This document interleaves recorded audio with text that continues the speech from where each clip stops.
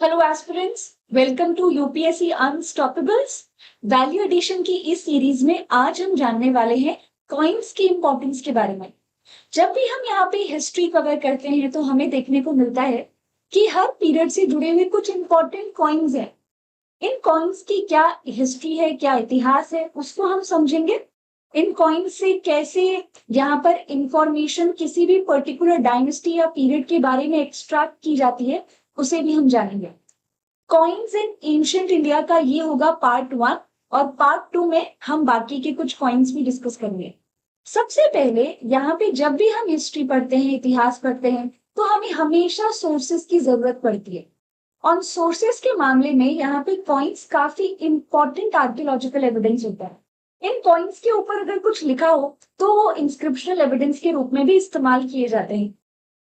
Coins की study को numismatic कहते हैं, और आर्कियोलॉजी के अंदर न्यूमिस्मैटिक अपने आप में एक डिपार्टमेंट है जो अलग अलग पीरियड के कॉइन्स को पढ़ता है, स्टडी करता है, एनालाइज करता है। आज हम इसी की कहानी को डिस्कस करने वाले हैं। तो सबसे पहले यहाँ पे हम अगर मैं टॉपिक वाइज हमारी डिस्कशन के फ्लो की बात करूं तो हम थोड़ा सा समझेंगे कि आखिर कॉइन्स की जरूरत क्यों पड़ी। उसके बाद हम वैदिक पीरियड के बारे में जानेंगे कि क्या वैदिक पीरियड में किसी प्रकार के कॉइन्स थे, किसी प्रकार के एविडेंस हमें मिलते हैं या नहीं। फिर हम जनपद के पीरियड में चलेंगे, यानी कि ऑलमोस्ट 500-600 बिफोर कॉमन एरा के आसपास। मौर्यन पीरियड से जुड़े हुए कॉइन्स कवर करेंगे। इंडो ग्रीक्स के कॉइन्स किस तरह के थे, कुशान्स के कॉइन्स को भी इसी पर्टिकुलर सेशन में हम कवर करने वाले हैं। इन कॉइन्स के माध्यम से मैं आपको ये समझाऊंगी कि कैसे इनका इस्तेमाल किसी भी पर्टिकुलर पीरियड की स्टडी में हेल्प करता है।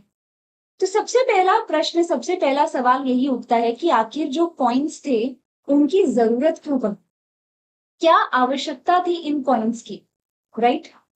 अगर हम एक तरीके से ट्रेड की बात करें, व्यापार जो है उसकी बात करें, आदान प्रदान की बात करें, तो सबसे पहले जिस सिस्टम का इस्तेमाल किया गया वो बार्टर सिस्टम था। बार्टर सिस्टम, वस्तु विनिमय, यानी कि यहाँ पे जो मटेरियल है, यानी कि जो सामान है, उसी को एक दूसरे के साथ एक्सचेंज करके चीजों को हासिल किया जाता था। लेकिन इसमें एक बहुत बड़ी प्रॉब्लम थी। मान लीजिए यहाँ पर किसी के पास टमाटर है और उसे पोटैटोज यानी कि आलू की आवश्यकता है। अब उसे किसी ऐसे व्यक्ति को ढूंढना पड़ेगा जिसको टोमेटोज चाहिए होंगे और वो उनके बदले आलू दे सके, यानी कि डबल कोइंसिडेंस ऑफ वांट्स। इसमें बहुत ज्यादा प्रॉब्लम होती थी। हमेशा आपको कोई ऐसा व्यक्ति तो नहीं मिलेगा ना जो आपका सामान लेकर जो आप चाहते हैं वही सामान आपको दे सके। इसी वजह से बार्टर सिस्टम जो है उसकी कुछ लिमिटेशंस थी। अब बार्टर सिस्टम हम इकोनॉमिक्स में भी पढ़ते हैं, मनी जो है उसके इंट्रोडक्शन वाले पार्ट में। मैं आपको इकोनॉमिक्स तो नहीं पढ़ाने वाली, लेकिन यहाँ पे कॉइन्स के इतिहास को बेहतर तरह से जरूर समझाऊंगी। तो बार्टर सिस्टम में कुछ कमियां थी, कुछ खामियां थी, और इसी वजह से हमें एक मीडियम ऑफ एक्सचेंज की जरूरत थी, और वहीं से शुरुआत हुई कॉइन्स की। जो व्यापारी होते थे, जो ट्रेड्स होते थे, उन ट्रेडर्स के द्वारा ही इन कॉइन्स को इंट्रोड्यूस किया गया, लेकिन एकदम से नहीं। आप यहाँ पे जो मेटल के कॉइन्स देखते हैं, ये मेटल के कॉइन्स एकदम से नहीं आए। अलग अलग चीजों का इस्तेमाल किया मीडियम ऑफ एक्सचेंज के रूप में, जैसे कौड़ियां, जैसे रत्ती, जैसे गुंजा सीड्स, लाल रंग की छोटे छोटे सीड्स जो कि पेड़ में आप गुंजा पेड़ जो है उसकी फलियों में उन बीजों को देखोगे, उनका इस्तेमाल भी काफी लंबे समय तक यहाँ पे मीडियम ऑफ एक्सचेंज के रूप में किया गया। कौड़ियां, शेल्स, इनका इस्तेमाल किया गया। लेकिन धीरे धीरे करके ये जो ट्रेडर्स और मर्चेंट्स थे, इन्होंने मेटल की तरफ रुख किया, मेटल के कॉइन्स बनाना शुरू किया। अगर हम अर्लीस्ट फेज की, अगर हम यहाँ पे एक तरीके से वैदिक पीरियड की बात करते हैं, तो वैदिक पीरियड के बारे में हम क्लियरली जानते हैं कि हमारे पास प्रॉपर आर्कियोलॉजिकल एविडेंसेस मौजूद नहीं है। हमारे पास जो भी मौजूद है वो लिटरेरी एविडेंस है, वेदों के रूप में। और वेदों को भी बहुत सालों बाद कंपाइल किया गया, टेक्सचुअल फॉर्मेट में लिखा गया। इसका जो कंटेंट है वो ओरली ही काफी लंबे समय तक भारत में एग्जिस्ट कर रहा था। वैदिक पीरियड था ये तो हम जानते हैं, लेकिन वैदिक पीरियड कब था इसको लेकर काफी सारे डाउट्स हैं, डिबेट्स हैं। मैक्स मुलर ने वैदिक पीरियड को 500 बिफोर कॉमन एरा से 500 बिफोर कॉमन एरा तक यहाँ पे रखा है, लेकिन काफी सारे हिस्टोरियंस इसको 4000 बिफोर कॉमन एरा तक लेके जाते हैं। मतलब मैक्स मुलर ने 1500 बिफोर कॉमन एरा से 500 के बीच रखा, लेकिन सुभाष कक जैसे इतिहासकार जो है कहते हैं कि वैदिक पीरियड की शुरुआत शायद 4000 बिफोर कॉमन एरा पहले हुई। तो क्या हमें वैदिक पीरियड से किसी तरह के कॉइन्स के एविडेंस मिलते हैं? देखिए, आर्कियोलॉजिकल एविडेंस मटेरियल रिमेन्स के रूप में हमारे पास कॉइन्स के एविडेंसेस नहीं है, लेकिन हमारे पास वेदों में कुछ शब्द मिलते हैं। जैसे कि आप यहाँ पर एक शब्द देखेंगे निष्क, लेकिन वेदों में इस शब्द का इस्तेमाल जिस कंटेक्स्ट में और जिस तरीके से किया गया है उससे लगता है मानो ये किसी तरह का कॉइन नहीं है, ये कोई गोल्ड का पीस हो सकता है या किसी प्रकार के गोल्ड का नेकलेस या किसी तरह की ज्वेलरी। यानी कि यहाँ पर भी आप कॉइन तो नहीं देखते, लेकिन कॉइन की जगह यहाँ आप किसी चीज का इस्तेमाल जरूर होते हुए देख रहे हैं, किसी भी चीज को खरीदने बेचने के लिए। एक तरह से ऋग्वेदिक पीरियड में ये माना जा रहा है कि बार्टर सिस्टम ही हुआ करता था, और मोस्टली यहाँ पे निष्क यानी कि गोल्ड का कोई पीस या गोल्ड की किसी ज्वेलरी का इस्तेमाल भी बार्टर सिस्टम में मोस्टली खरीदने बेचने के लिए चीजों को किया जाता था। खरीदना बेचना शब्द तो एक प्रकार से गलत इस्तेमाल किया गया, कर रही हूं मैं एक तरह से, क्योंकि बार्टर सिस्टम में खरीदना या बेचना नहीं है, हम यहाँ पर अपने सामान को एक्सचेंज कर देते हैं। तो ये एक वर्ड मिलता है ऋग्वेद में निष्क, बट ये एग्जैक्टली कॉइन को नहीं दर्शाता। आखिर कब यहाँ पे प्रॉपर मेटल के कॉइन्स की शुरुआत हुई? वो पीरियड था जनपद का पीरियड, जनपद एरा। हम जानते हैं कि 600 बिफोर कॉमन एरा के आसपास ट्राइबल ग्रुप्स जो थे वो धीरे धीरे करके नदियों के पास सेटल डाउन होने लगे, और ये जो जन थे जब इन्होंने अपने कदम जमाना शुरू किया तो जिस टेरिटरी पर इन्होंने अपने कदम जमाए उन्हें जनपद कहते हैं। बहुत सारे जनपद थे, लेकिन बहुत सारे जनपदों में कुछ ऐसे थे जो बहुत ज्यादा ताकतवर थे, जिन्हें हम महाजनपद कहते हैं। और हमारे पास बुद्धिस्ट टेक्स्ट हैं और जैन टेक्स्ट हैं, इन सभी टेक्स्ट में हमें लगभग 16 महाजनपदों की जानकारी मिलती है। तो ये 16 महाजनपद आप मैप में क्लियरली देख सकते हैं। ये जो 16 महाजनपद थे, इन जनपदों से हमें कुछ शुरुआती फेज के कॉइन्स देखने को मिलते हैं, और ये कॉइन्स कुछ इस प्रकार के थे। ये जो फिलहाल आप एग्जाम्पल देख रहे हैं ये कुरु जनपद के कॉइन है। कुरु आप मैप में देख सकते हो, गंगा यमुना का जो दुआब रीजन है उसके नॉर्थ में कुरु बसे थे। कुरुओं का जिक्र ऋग्वेद में भी मिलता है। It was one of the important tribes जो कि लेटर वैदिक पीरियड में आके इस रीजन में आकर बस गई थी। इनके अंडर कुछ कॉइन्स हमें यहाँ पर देखने को मिलता है। ये किस टाइप के कॉइन्स हैं, इन्हें कैसे कैटेगराइज किया जाए? यहाँ पर आप मोस्टली जो कॉइन्स देखेंगे वो सिल्वर या कॉपर के बने हुए हैं, और इन कॉइन्स को हम पंच्ड मार्क कॉइन्स कहते हैं। आखिर क्यों? ये पंच्ड मार्क कॉइन्स का क्या मतलब हुआ? एक्चुअल में पंच्ड मार्क कॉइन्स, ये जो नाम आप यहाँ पर देख पा रहे हो पंच्ड मार्क, असल में ये टेक्निक है इन कॉइन्स को मिंट करने की, इन कॉइन्स को बनाने की। तो इसे थोड़ा सा समझते हैं। पंच्ड मार्क कॉइन्स में बेसिकली आप देखेंगे कि कैसे एक मेटल का पीस होता है, और ये जो मेटल का पीस है, इस मेटल के पीस के ऊपर एक डाइस रखी जाती है जिसके ऊपर कोई ना कोई डिजाइन, कोई ना कोई मोटिव बना होता है, जो कि उभरा होगा या नीचे की तरफ डिप्रेस्ड होगा। अब जैसे ही इस डाइस को इस सिल्वर मेटल की शीट के ऊपर रखा जाता है और उसके बाद इसको हैमर से स्ट्रक किया जाता है, यानी कि मारा जाता है, तो ये जो डाइस के ऊपर मोटिव था, अगर ये उभरा हुआ था तो वो सिल्वर की शीट के ऊपर एक तरह से मोटिव को, डिजाइन को एनग्रेव कर देता है डिप्रेशन फॉर्म में, डिप्रेस्ड फॉर्म में।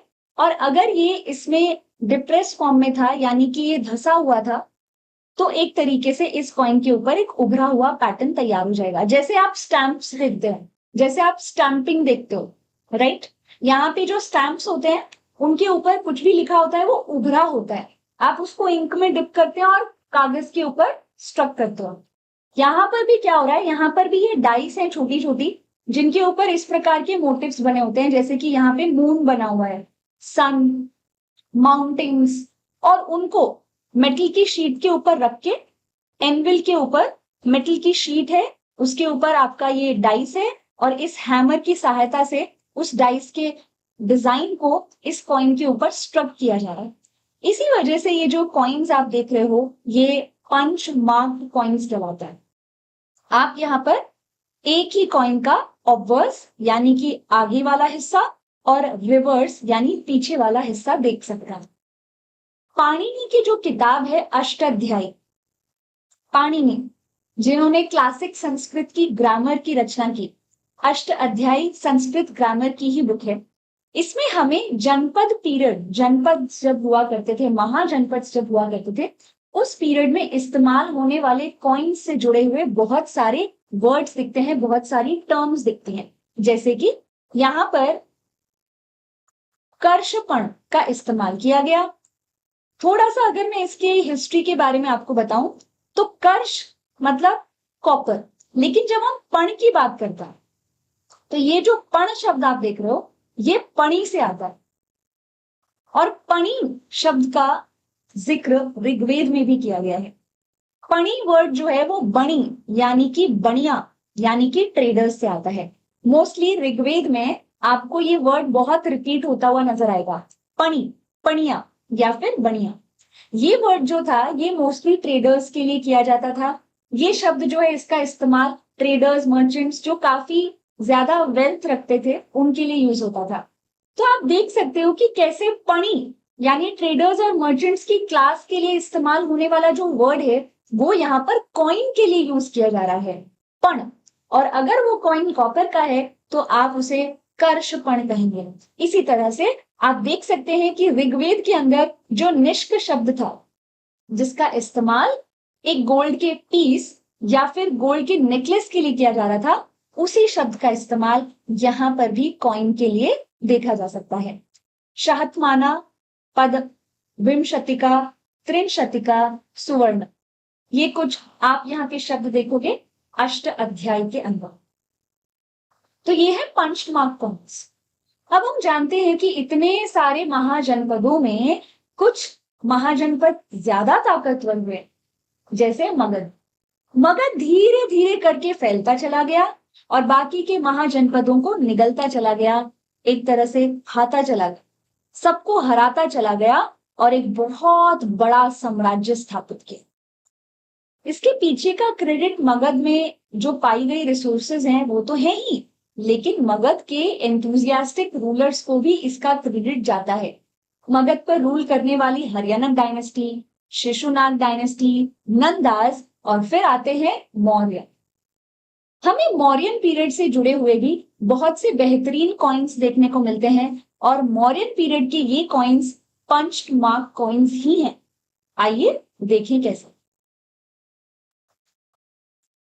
Mauryan empire 323 before common era से 185 बिफोर कॉमन एरा के बीच में रहा, और मौर्यन एम्पायर के कुछ पॉपुलर राजा जैसे चंद्रगुप्त मौर्य या फिर बिंदुसर या अशोक, इन्होंने यहाँ पर फिलोसफीज को पैट्रोनाइज किया, आर्ट कल्चर में अपना बहुत योगदान दिया है और एक बहुत बड़ा साम्राज्य भी स्थापित किया था। इनके अंडर आपको बहुत से कॉइन्स देखने को मिलेंगे, ये भी पंच्ड मार्क कॉइन्स की ही कैटेगरी में आते हैं। लेकिन इन कॉइन्स की एक खास बात थी, इन कॉइन्स के ऊपर जो आप जैसे यहाँ पर आप जो एग्जाम्पल देख रहे हैं कॉइन का, ये इसका ऑब्वर्स पार्ट है और ये वाला सेम कॉइन का रिवर्स मतलब पीछे का हिस्सा है। ये कॉइन का ऑब्वर्स सामने का हिस्सा है और ये पीछे का हिस्सा है। मौर्यन एम्पायर की जो कॉइन्स हुआ करते थे उसमें ऑब्वर्स पार्ट यानी कि सामने वाले हिस्से के ऊपर आपको 5 मोटिव्स देखने को मिलेंगे और इन मोटिव्स को बहुत ही अच्छे से रिकॉग्नाइज किया जा सकता है। आप यहाँ पर सूर्य देखेंगे, पहाड़ देखेंगे, अलग अलग प्रकार के जानवर देखेंगे। चंद्र, यहाँ पे बहुत सारे कॉइन्स जो हैं उसके ऊपर चांद यानी चंद्र भी बनाया गया, जो कि चंद्रगुप्त मौर्य से कनेक्शन रखता था। इस तरह से हमेशा ऑब्वर्स जो पार्ट है कॉइन का, उस पर आपको 5 सिंबल्स देखने को मिलेंगे। ठीक है, यहाँ पे वही जब हम कॉइन के रिवर्स पार्ट को देखते हैं तो उसमें आपको इस तरह से मोनोग्राम यानी कि एक सिंबल जरूर दिख जाएगा। ये जो सिंबल होता था ये मिंट करने वाला लगाता था एक तरीके से अपने सिंबल के रूप में, अपने आप को दर्शाने के लिए। मतलब इस मोनोग्राम से, इस पर्टिकुलर एक सिंबल से जो रिवर्स साइड पे लगा हुआ है, इससे इस कॉइन को देख के ये पता लगाया जा सकता था कि आखिर ये कॉइन किसने मिंट किया है या फिर कहाँ मिंट हुआ है। इवन अगर आज भी आप हमारे भारत की कुछ कॉइन्स देखोगे तो उन कॉइन्स के अंदर भी ऐसे मार्क्स होते हैं, जैसे आपको जहां पर कॉइन के डेट लिखी जाती है या ईयर लिखा जाता है, उसी के पास आपको या तो एक डॉट मिलेगा या ट्राइंगल मिलेगा या स्क्वायर मिलेगा। इनसे ये पता चलता है कि ये जो कॉइन है ये कहाँ मिंट हुआ है। तो आप सभी के लिए एक छोटा सा होमवर्क है, जरा पता कीजिए कि डॉट अगर पाया जाता है कॉइन के ऊपर तो उसका मतलब कहाँ है, कहाँ इस कॉइन की मिंटिंग हुई। ट्राइंगल का क्या मतलब है, स्क्वायर का क्या मतलब है। तो मौर्यन एम्पायर के ये कॉइन्स भी पंच मार्क कॉइन्स ही हैं। मौर्यन एम्पायर के डिक्लाइनेशन के बाद आप देखते हैं कि किस तरीके से नॉर्थ वेस्ट वाला जो हिस्सा था वहां से इंडो ग्रीक्स आ। वैसे तो ग्रीक्स की पॉपुलेशन पहले से ही यहां पर एग्जिस्ट कर रही थी अलेक्जेंडर की इन्वेजन के बाद से, लेकिन क्योंकि उन्हें नॉर्थ से शार्प नाम की एक ट्राइब जो है उसका जब पुश मिला, उनकी तरफ से जब उन्हें धक्का दिया गया, तो ये जो ग्रीक्स थे ये थोड़ा इंडियन सबकॉन्टिनेंट में और अंदर तक पेनिट्रेट करते हैं, क्योंकि ये यहां से कुछ चीजें सीखते हैं और इस एरिया के रीजन को भी, लोगों को भी, इस एरिया के लोगों को भी बहुत कुछ सिखाते हैं। इसी वजह से ये इंडो ग्रीक्स कहला है, यानी प्योरली ग्रीक नहीं। अब इन्होंने इंडियन सबकॉन्टिनेंट की भी बहुत सारी चीजें जो है वो सीख ली है। इंडो ग्रीक रूलर्स ने भी बहुत बेहतरीन कॉइन्स मिंट किए, और वो भी अलग अलग तरह के रॉ मटेरियल के, सिल्वर, गोल्ड, इसी तरीके से निकल, इवन लेड और बिलियन जो है उसके कॉइन्स को भी यहाँ पे मिंट किया गया है। एक चीज जो बहुत ही ज्यादा नोट करने वाली है वो है गोल्ड। अभी तक आपने जितने भी पीछे कॉइन्स देखे, चाहे हम जनपद पीरियड के कॉइन देख सकते हैं, मौर्यन एम्पायर के कॉइन्स अगर हम देखें, वहां पे गोल्ड का इस्तेमाल नहीं किया गया था। इंडो ग्रीक रूलर्स वो पहले राजा थे जिन्होंने गोल्ड के कॉइन्स बनाए, और इनके कॉइन्स जो है वो काफी अलग भी हुआ करते थे। अगर आप इन कॉइन्स को मौर्यन एम्पायर के कॉइन से थोड़ा कंपेयर करोगे तो इंडो ग्रीक्स के कॉइन्स ज्यादा एडवांस्ड लगते हैं। इन कॉइन्स के ऊपर आपको ऑब्वर्स पार्ट पर राजा की पिक्चर देखने को मिलेगी और रिवर्स पार्ट पर किसी ग्रीक देवी या देवता की फोटो। ये जो कॉइन्स हैं ये थोड़ी सी अलग टेक्निक से बनाए जा रहे हैं, मतलब इनके ऊपर भी डाइस जो है वो पंच तो जरूर की जा रही है, लेकिन तरीका थोड़ा अलग है। ये coins dies struck type coins कहलाते हैं। इन कॉइन्स में पूरी मेटल शीट के ऊपर एक एक डाइस की मदद से अलग अलग करके मोटिव्स नहीं बनाए जाते, एक साथ यहाँ पर पूरा मोटिव कॉइन के ऊपर स्ट्रक किया जाता है, और ना कि सिर्फ ऑब्वर्स ऊपर वाले हिस्से पर नीचे वाले हिस्से पर भी। तो आप यहाँ पर देख सकते हैं, मान लीजिए ये मेटल की शीट है, इसके नीचे एक डाइस रखी है जिसके ऊपर एक मोटिव या डिजाइन बना हुआ है, मान लीजिए ये बना है। इसके ऊपर एक डाइस रखी है जिसके ऊपर ये मोटिव, ये डिजाइन बना हुआ है, और अब हैमर से इसको स्ट्रक किया जाएगा। तो एक ही बार में पूरा जो कॉइन है उसके ऑब्वर्स और रिवर्स पार्ट के ऊपर जो भी हमें मोटिव बनाना है वो दोनों साइड में स्ट्रक हो जाएगा, और वो भी एक साथ। तो पीछे जो आपने कॉइन्स देखे थे मौर्यन पीरियड से जुड़े हुए, इसमें क्या किया जा रहा था, इसमें एक एक सिंबल को स्ट्रक किया गया है, एक एक सिंबल को। पूरे कॉइन के ऊपर जो मोटिव है, डिजाइन है, वो एक साथ स्ट्रक नहीं हुआ। जबकि डाइस्ट्रक टाइप के जो इंडो ग्रीक्स के कॉइन्स हैं, इन कॉइन्स में हम पूरा डिजाइन एक साथ ऑब्वर्स और रिवर्स दोनों तरफ स्ट्रक होते हुए देख सकते हैं, दो डाइस के इस्तेमाल से। तो ये डाइस स्ट्रक टाइप कॉइन्स थे, और इन कॉइन्स के ऊपर राजाओं की पिक्चर भी हमें नजर आती है। आइए कुछ एग्जाम्पल्स देखते हैं। यहां पर आप Seleucus first, one of the Indo Greek ruler का नाम देख सकते हैं। डाइडम यानी कि इन्होंने एक प्रकार का डाइडम पहना है, सर के ऊपर पत्तियों का बना हुआ।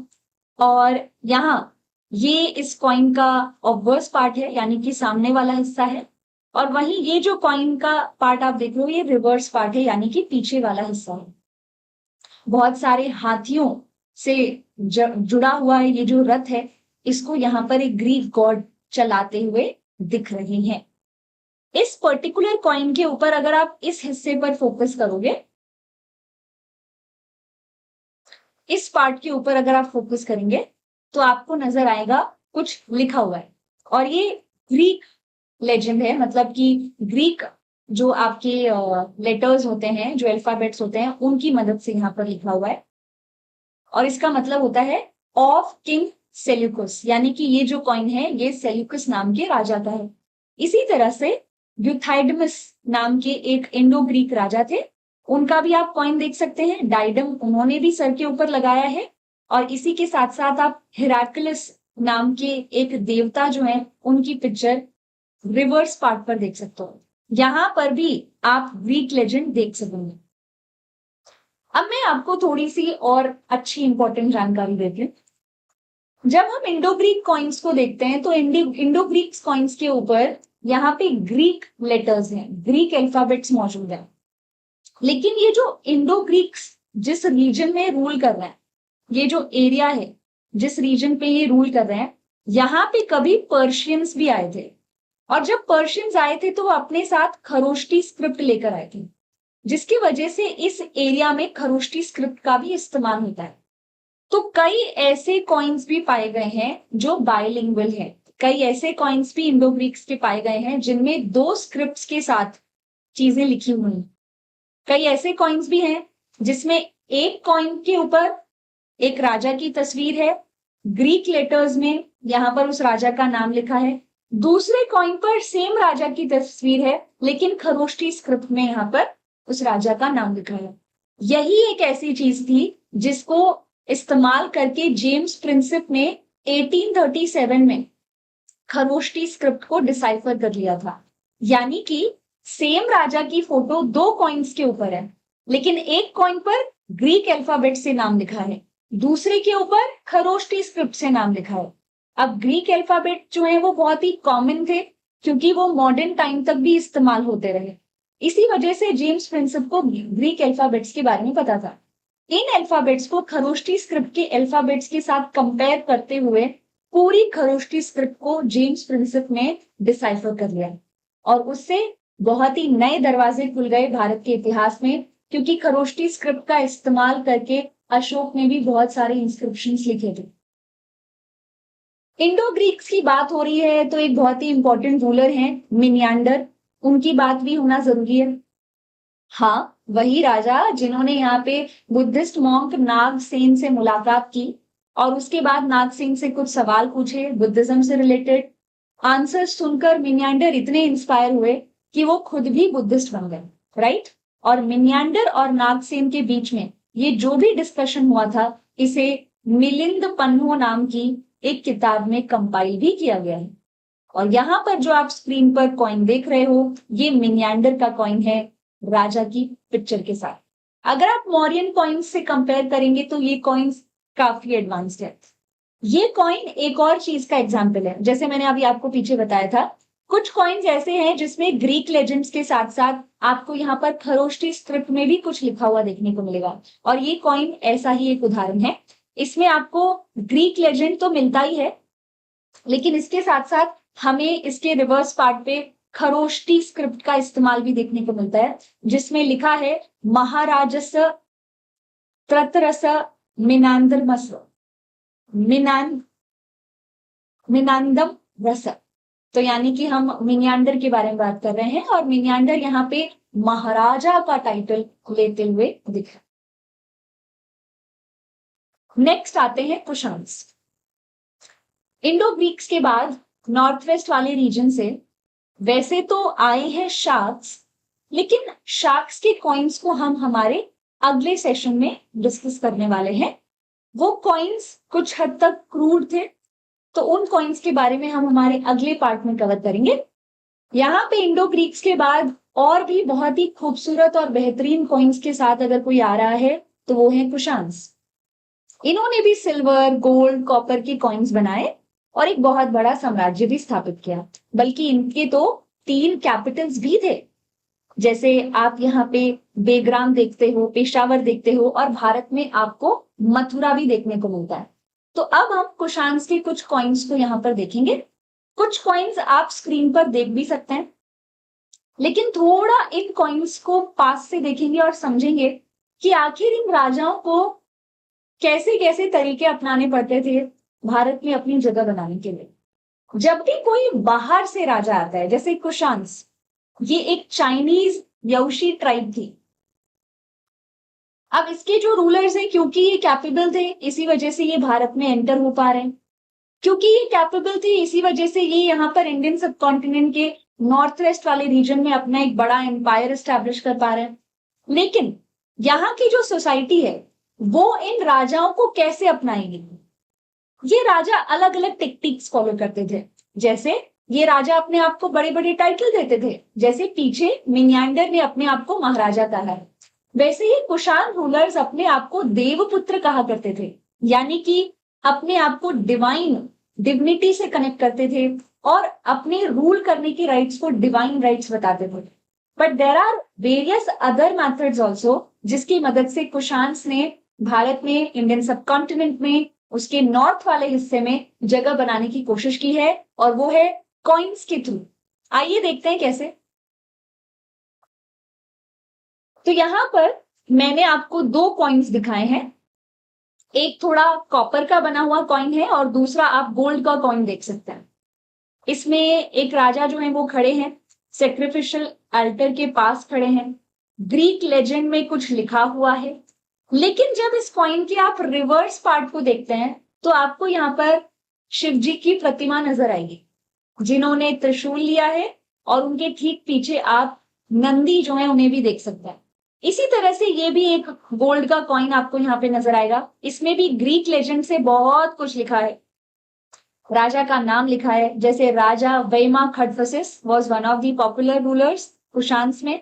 लेकिन जब आप रिवर्स पार्ट पे देखोगे इस कॉइन के, तो आपको फिर से शिव जी जो है उनकी प्रतिमा, उनकी एक पिक्चर नजर आएगी। इवन रिवर्स पार्ट के ऊपर खरोष्टी स्क्रिप्ट में, ग्रीक लेजेंड भी है और खरोष्टी स्क्रिप्ट में भी कुछ लिखा हुआ है, महाराजस्य राजधिराजस्य सर्वलोक ईश्वरस्य महेश्वर वेमा खडफसिस। यानी आप यहाँ पे देख सकते हैं कि कैसे वेमा खडफसिस अपने आप को महाराज, महाराज अधिराज, सर्वलोक स्वामी, ईश्वर, सभी पूरे सर्वलोक के स्वामी बता रहे हैं, वो ईश्वर बता रहे हैं अपने आप को। तो इस तरह से जो रूलर्स थे वो अपने आप को देवपुत्र या काफी बार परमेश्वरा जैसे टाइटल्स देकर भी एक तरह से लोगों के बीच में जगह बनाने की कोशिश करते थे। लेकिन यहाँ पर हमारा फोकस थोड़ा सा शिवजी पे है। असल में ये जो कुशान रूलर्स थे, जब इन्होंने इंडिया में नॉर्थ वेस्ट वाले एरिया से एक्सपेंशन स्टार्ट किया, तो दे रियलाइज्ड कि यहाँ पर लॉर्ड विष्णु, लॉर्ड शिव जो है वो one of the prominent deities हैं, और इसी वजह से लोगों के बीच में यहाँ पे सपोर्ट हासिल करने के लिए, अपनी पोजीशन को स्ट्रेंथन करने के लिए उन्होंने कॉइन्स के ऊपर इस तरह की प्रतिमाएं, इस तरह के मोटिव्स डेवलप किए, बनाए। ये भी है कि कई ऐसे रूलर्स भी थे, कुशान रूलर्स, जो कि शिवजी की भक्ति करना भी शुरू कर देते हैं। वेमा खडफसिस भी थे उन्हीं में से। इसी तरीके से इंडियन सब कॉन्टिनेंट पे इस दौरान एक और फिलॉसफी थी जो काफी ज्यादा पॉपुलर थी, और वो है बुद्धिज्म। और बुद्धिज्म को पैट्रनाइज करने वाले one of the most popular ruler थे कनिष्क। तो आपको यहाँ पर कनिष्क राजा का कॉइन देखने को मिलेगा। इसके ऑब्वर्स पार्ट को देखिए, कनिष्क उनका कॉइन जो है उसके ऊपर आप कनिष्क की फोटो देख सकते हैं। और बैक्टीरियन, बेसिकली ग्रीक स्क्रिप्ट में यहाँ पर आप किंग ऑफ किंग्स कनिष्क इस तरह का टाइटल देख सकते हैं। वही जब आप रिवर्स पार्ट पर फोकस करोगे तो वहां पर आपको गौतम बुद्ध जो है उनकी पिक्चर नजर आएगी, वो भी अभय मुद्रा में, राइट। और यही नहीं, बल्कि आप यहाँ पर ग्रीक स्क्रिप्ट में, बैक्ट्रियन स्क्रिप्ट में बोधो यानी बुद्ध लिखा हुआ देख सकते हो। तो ये कॉइन यहाँ पे ये बताता है, दर्शाता है कि कनिष्क जो है वो बुद्धिज्म को पैट्रोनाइज कर रहे थे। इस तरीके से कॉइन्स जो हैं वो बहुत हद तक राजाओं के बारे में जानने में मदद करते हैं। काफी बार इनका इस्तेमाल एज एविडेंस किया जाता है, इंफॉर्मेशन जो है उसे क्रॉस चेक करने के लिए। एक और कॉइन यहाँ पर आप देख सकते हो, लेटर कुषाण रूलर का कॉइन है ये वाला। इनका नाम था बासुदेव कुषाण, नाम के आगे देव लगन, तो Basudev Kushan.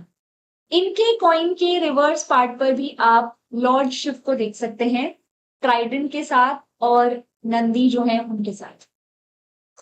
So you can see कि कैसे इन रूलर्स ने अपनी जगह बनाने के लिए, धीरे धीरे करके एक्सपेंशन करने के लिए, लोगों के बीच अपना सपोर्ट जो है उसको स्थापित करने के लिए यहाँ पर बहुत से देवी देवताओं जो हैं उनको भी अपनी कॉइन्स में जगह दी, क्योंकि ये कॉइन्स ही है जो जगह जगह सर्कुलेट हुई है। ट्रेडर्स और मर्चेंट्स के थ्रू पूरे एम्पायर में ये कॉइन सर्कुलेट होता है। अब इमेजिन कीजिए कुषाण राजा कनिष्क का ये कॉइन सर्कुलेट हो रहा है, तो आम जनता को ये पता चल रहा है कि हमारे राजा जो हैं वो बुद्धिज्म से इंस्पायर्ड है या फिर बुद्धिज्म जो है उसको पैट्रोनाइज करूं। मैं कुषाण राजाओं के इन कॉइन्स के ऊपर आपका थोड़ा वापस से ध्यान केंद्रित करूंगी, एंड मैं चाहती हूं कि आप इन कॉइन्स के ऊपर एक चीज जो है उस पर जरूर फोकस कीजिए। यहाँ पर अगर आप कॉइन्स देखोगे तो कॉइन्स में राजाओं ने बहुत लंबी लंबी जैकेट्स पहनी है। ये देखिए, जैसे इस पर्टिकुलर कॉइन को अगर आप देखते हैं, काफी लंबी जैकेट आप देख सकते हैं, एक प्रकार की ट्यूनिक, लेकिन इसी के साथ साथ बूट्स भी हैं, बड़े बड़े बूट्स। कमाल की बात यह है कि उन्होंने देवी देवता जो दिखाए हैं उनके पैरों में भी बूट्स पहनाए हैं। यहां पर भी आपको बूट्स नजर आएंगे, और वो भी हील वाले बूट्स, ठीक है। इसी तरह से यहां देखिए, यहाँ पर भी राजा कनिष्क जो है उन्होंने एक लंबा सा ट्यूनिक पहना है, ऊपर एक प्रकार का हेलमेट है, हाथ में लेंसर जैसा कुछ है और बूट्स हैं। लेकिन यहाँ पे गौतम बुद्ध जो है उनके पैरों में भी आपको हील्स वाले बूट्स नजर आएंगे। इसी तरह से लॉर्ड शिव जो है उनके पैरों में भी आपको बूट्स नजर आएंगे। एक्चुअल में ये जो बूट्स हैं, ये जो ट्यूनिक है, देखो बूट्स तो ऑब्वियसली बात है कि कुषाण का अपना तरीका था इन देवी देवताओं को देखने का, लेकिन ये बूट्स और ये ट्यूनिक और ये हेलमेट हमें कैसे नजर आ रहे हैं? एक्चुअल में कुषाण इंडिया में बेटर कैवलरी इंट्रोड्यूस करते हैं, बेहतर घुड़सवार सैनिक इंट्रोड्यूस करते हैं। हमारे भारत में जो महाजनपद हुआ करते थे उनमें हाथियों का इस्तेमाल किया जाता था, लेकिन कुषाण वो थे जिनका मानना था कि हाथियों में स्पीड नहीं होती, इसीलिए वो घोड़ों का इस्तेमाल ज्यादा करते थे अपनी सेना में, और इनकी जो कैवलरी थी वो बहुत ज्यादा एडवांस थी। आप इनकी कैवलरी में हर मॉडर्न कैवलरी जैसे फीचर्स जो है वो देखेंगे। जैसे यहाँ पर जो आप कैवलरी मैन देख रहे हो, घुड़सवार सैनिक देख रहे हो, हेलमेट पहना है, एक प्रकार का आर्मर है, नीचे लंबा ट्यूनिक, ये देखिए, ये बिल्कुल वैसा ही है जैसा इन राजाओं ने कॉइन्स में पहना हुआ, अगर आप ध्यान देंगे। इसी तरीके से आप नीचे बूट देख सकते हो। ये जो घोड़ा है इसकी लगाम खींचने के लिए यहाँ पे ये रेन जो है, लगाम जो है वो लगाई गई है। सैडल यानी कि एक प्रकार की सीट जिसके ऊपर घुड़सवार बैठे तो उसका मूवमेंट आसान हो जाए। इसी तरीके से पैरों को लॉक करने के लिए शू स्टिरअप भी इस्तेमाल हो रहा है। तो आप देख सकते हो इतनी एडवांस और अच्छी कैवलरी जो है वो कुषाण इस्तेमाल करते थे, और वो चीज उनके कॉइन्स में भी हमें नजर आ रही है। तो इस तरीके से कॉइन्स जो हैं वो हमें बहुत कुछ बताते हैं। कॉइन्स बहुत हद तक इतिहास को समझने के लिए और ज्यादा हेल्प करते हैं। हमने कुषाण के कॉइन्स से ये तो समझा ही कि कैसे वो नई जगह पर आके उस नई जगह के जो प्रोमिनेंट फिलॉसफीज थी उनको पैट्रोनाइज कर रहे हैं, और वो जनता को भी ये दर्शाना चाहते हैं, दिखाना चाहते हैं कि yes we are the patterns of Vaishnavism, Shaivism, Buddhism, और इसी को शोकेस करने के लिए वो कॉइन्स में भी उसका प्रदर्शन कर रहे हैं। बट इनके कॉइन्स से हमें इनकी बेटर कैवेलरी के बारे में भी पता चलता है, कितनी बेहतर कैवेलरी वो लेकर आए हैं, कितने बेहतर घुड़सवार सैनिक जो है वो मेंटेन करते थे।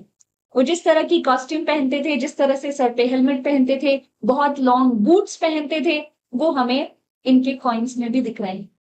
तो ये था कॉइन्स की हिस्ट्री का पार्ट 1, और अगले एपिसोड में हम कुछ और बेहतरीन कॉइन्स के बारे में बात करेंगे। आज के सेशन में इतना ही। आप सभी के लिए एक छोटी सी जानकारी, अनअकैडमी प्लस पर 50% डिस्काउंट जो है वो चल रहा है, और आज उसका आखिरी दिन है। तो अगर आप अनअकैडमी प्लस के सब्सक्रिप्शन के बारे में सोच रहे हैं तो आज ही सब्सक्राइब करें, रात 11:59 से पहले पहले, बिल्कुल। और आप यहाँ पर अनअकैडमी प्लस के बेहतरीन कोर्सेज के जरिए अपनी प्रिपरेशन जो है उसको कवर कर पाएंगे, कंप्लीट कर पाएंगे। These are some batches. 15 जुलाई यानी आज से ही आरंभ बैच शुरू हुआ है 2024 को टारगेट करते हुए, और इसी तरह से प्रतिज्ञा बैच हिंदी मीडियम के एस्पिरेंट्स के लिए भी 22 जुलाई से शुरू हो रहा है। ये है हमारे ऑप्शनल क्लासेस पढ़ाने वाले एडुकेटर्स। तो अगर आपका इनमें से कोई भी ऑप्शनल है, स्क्रीन पर शामिल है, तो आप अनअकैडमी प्लस को सब्सक्राइब करके, ऑप्शनल कैटेगरी को सब्सक्राइब करके यहाँ पर अपने ऑप्शनल की तैयारी भी कर सकते हैं। आज के लिए इतना ही। Thank you so much.